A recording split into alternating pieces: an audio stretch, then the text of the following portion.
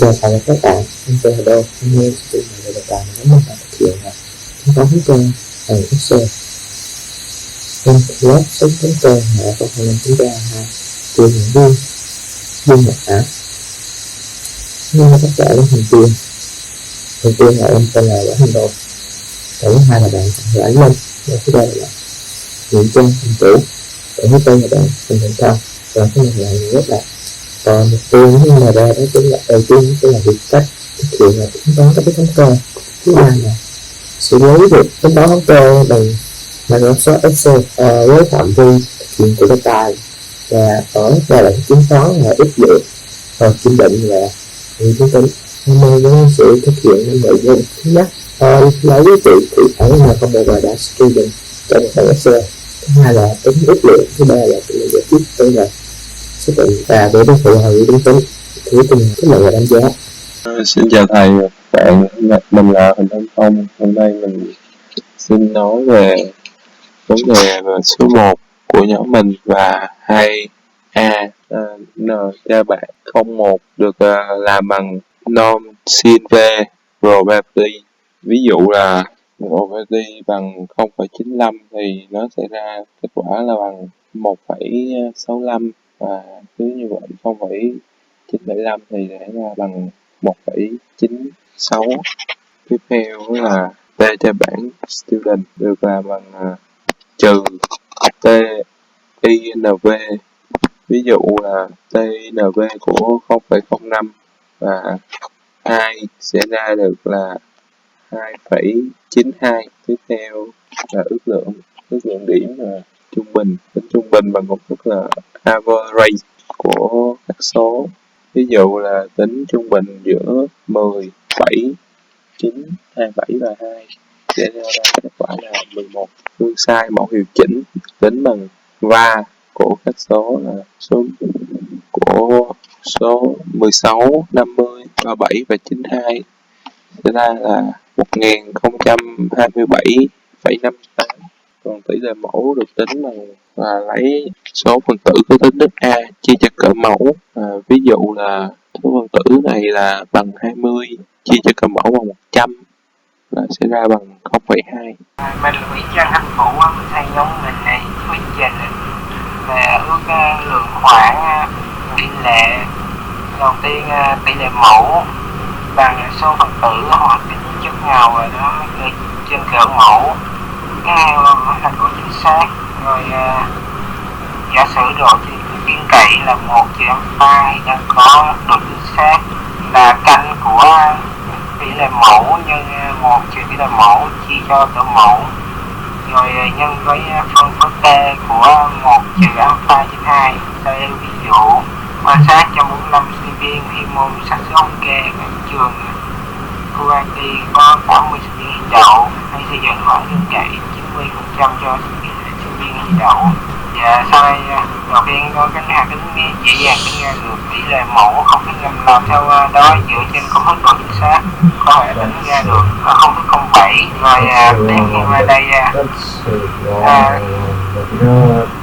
tính cỡ mẫu, rồi độ tin cậy 1/3, rồi chính xác đã có cỡ mẫu lớn hoặc bằng phương của phân khối t 1/3 trên 2 chia cho độ chính xác, rồi tất cả nhân cho 0,25. Đây ví dụ.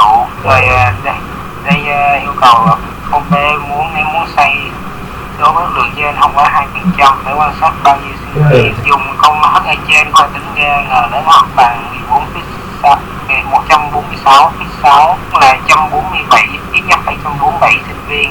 Chào thầy và các bạn, em là Quốc Đạt.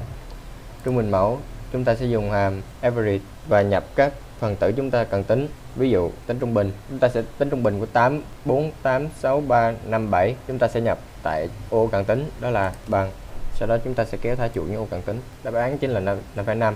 Tiếp theo đó là phần sai số mẫu. Chúng ta sẽ có 3 trường hợp. Trường hợp đầu tiên đó là phương sai đã biết. Chúng ta sẽ tính bằng hàm là độ lệch chuẩn chia cho căn bậc 2 của số phần tử chúng ta cần tính. Ví dụ chúng ta sẽ nhập, kết quả chúng ta sẽ ra là 0,76. Trường hợp 2 đó là phương sai chưa biết. Thì nếu n lớn hơn hoặc bằng 30 thì chúng ta sẽ dùng hàm phân phối t 1 trừ alpha chia 2 nhân cho độ lệch chuẩn của các số cần tính và chia cho căn bậc 2 của số phần tử chúng ta cần tính. Trường hợp 3, phương xa chưa biết và n nhỏ hơn 30 thì chúng ta sẽ dùng bảng phân phối student, đó là dùng hàm TNV 1 trừ alpha chia 2 và số bậc tự do chúng ta sẽ nhân với độ lệch chuẩn và nhập các phần tử chúng ta cần tính và chia cho căn bậc 2 của số phần tử chúng ta cần tính. Ví dụ dưới đây chúng ta sẽ có các phần tử cần tính và với mức ý nghĩa là 5%, tức là độ tin cậy 95%, thì chúng ta sẽ dùng hàm t.nv mở ngoặc 1 trừ cho 0,05, tức là mức ý nghĩa, và chia cho 2, và sau đó chúng ta sẽ nhập số bậc tự do tất cả nhân với độ lệch chuẩn và nhập các hàm chúng ta nhập những ô chúng ta cần tính và tất cả chia cho căn bậc 2 của số phần tử cần tính và kết quả chúng ta sẽ được là 2,33. Phần thuyết trình của em đến đây là hết. Xin chào thầy và các bạn, em tên là Anh Linh. Hôm nay em xin đại diện nhóm trình bày phần kiểm định giả thiết tỷ lệ bằng Access. Đầu tiên chúng ta sẽ đi vào bài toán kiểm định giả thiết tỷ lệ một phía. Ở bài toán này ta cần xác định giả thiết H0, B bằng B0, H1, B lớn hơn B0 được gọi là kiểm định giả thiết tỷ lệ một phía bên phải, hoặc H0, B bằng B0, H1, B nhỏ hơn B0 được gọi là kiểm định giả thiết tỷ lệ một phía bên trái. Tiếp theo chúng ta sẽ đi vào phần quan trọng nhất, đó là tính t kiểm định và t tra bảng bằng phần mềm Access. T kiểm định chúng ta sẽ sử dụng hàm ABS f trừ B0 chia cho hàm SQRT của B0 nhân 1 trừ B0 chia cho N. Ở t tra bảng chúng ta sẽ sử dụng hàm NoSin của 1 trừ alpha. Cuối cùng là phần ra quyết định. Nếu t kiểm định lớn hơn t tra bảng thì chúng ta sẽ bác giả thiết H0. Nếu t kiểm định nhỏ hơn t tra bảng thì không bác giả thiết H0, hay được gọi là tạm chấp nhận giả thiết H0. Để hiểu rõ hơn về phần này, chúng ta sẽ đi vào ví dụ cụ thể. Ví dụ một nhà sản xuất RAM tuyên bố tỷ lệ RAM đạt chất lượng tuổi thọ trên 3 năm là 80%. Hiệp hội người tiêu dùng thực hiện khảo sát 317 RAM thì thấy có 260 RAM có tuổi thọ trên 3 năm. Hãy giúp Hiệp hội người tiêu dùng đánh giá về tuyên bố của nhà sản xuất ở mức alpha bằng 5%. Đầu tiên ta gọi B là tỷ lệ RAM đạt chất lượng có tuổi thọ trên 3 năm. Để giải quyết yêu cầu bài toán, ta cần kiểm định giả thiết H0, B bằng B0, H1, B lớn hơn B0 với B đã được gọi ở trên và B0 bằng 0,8. Tiếp theo chúng ta sẽ sử dụng phần mềm Access với các thành phần tỷ lệ F, N, B0, alpha. Chúng ta sẽ xác định ở đề bài và đưa vào bảng Access tương ứng với các hàng B1, B2, B3 và B4. Tiếp theo chúng ta sẽ sử dụng công thức có ở trên để tính t kiểm định với cách thay thế các tỷ lệ F, N, B0 bằng B1, B2, B3 tương ứng và chúng ta sẽ xác định được giá trị của t kiểm định. Tiếp theo là công thức tính t tra bảng chúng ta đã cũng có ở trên và chúng ta sẽ thay thế alpha bằng B4. Và cuối cùng chúng ta sẽ ra được hai giá trị của t kiểm định và t tra bảng. Chúng ta có thể nhận thấy nó rơi vào trường hợp t kiểm định nhỏ hơn t tra bảng thì chúng ta sẽ không bác giả thiết H0. Tiếp theo chúng ta sẽ đi vào phần kiểm định giả thiết tỷ lệ hai phía. Chúng ta cũng sẽ xác định giả thiết H0, B bằng B0, H1, B sẽ khác B0. Và phần sử dụng Access để tính t kiểm định sẽ giống như phần sử dụng Access để tính t kiểm định của phần kiểm định giả thiết tỷ lệ một phía. Ở phần t tra bảng chúng ta sử dụng hàm NoSin nhưng khác ở trong sẽ là 1 trừ alpha chia 2. Cuối cùng là phần ra quyết định. Nếu t kiểm định lớn hơn t tra bảng thì bác giả thiết H0. Nếu t kiểm định nhỏ hơn t tra bảng thì không bác giả thiết H0. Vâng, vừa rồi em đã trình bày xong phần xác định cách giải quyết bài toán kiểm định giả thiết tỷ lệ bằng Access. Tiếp theo chúng ta sẽ đến với kiểm định giả thiết dựa trên trung bình mẫu đám đông. Đầu tiên chúng ta sẽ đến với các giả thiết kiểm định. Đối với kiểm định một phía thì chúng ta sẽ có kiểm định bên phải và kiểm định bên trái. Với H0 là B bằng B0 và H1 lần ngược lại B lớn hơn B0 là B bé hơn B0. Đối với kiểm định hai phía thì chúng ta sẽ có H0 là B bằng B0 và H1 bằng B khác B0, trong đó B là tỷ lệ còn kiểm định về B0 là tỷ lệ kiểm định về cho. Chúng ta sẽ đến với tìm T kiểm định. Đối với kiểm định giả thiết dựa trên trung bình mẫu đám đông thì ta kiểm định sẽ có 3 trường hợp. Tiếp theo chúng ta sẽ đến với kiểm định giả thiết dựa trên trung bình mẫu đám đông. Đầu tiên chúng ta sẽ đến với các giả thiết. Đối với kiểm định giả thiết sẽ có 2 trường hợp, một là kiểm định một phía, còn 2 là kiểm định hai phía. Kiểm định một phía sẽ có 2 trường hợp là kiểm định bên phải và kiểm định bên trái. Với H0 của hai bên đều là B bằng B0, và H1 của bên phải là B lớn hơn B0 và bên trái là B bé hơn B0.